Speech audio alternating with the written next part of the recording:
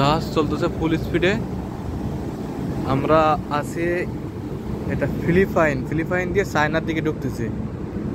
আজকে দূরে কিছু জাহাজ দেখা যাচ্ছে, এই একটা কোনায়, এই আর একটা,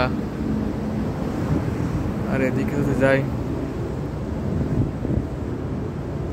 এদিকে অনেক দূরে দূরে দু একটা দেখাচ্ছে, সাগরে নীল জল।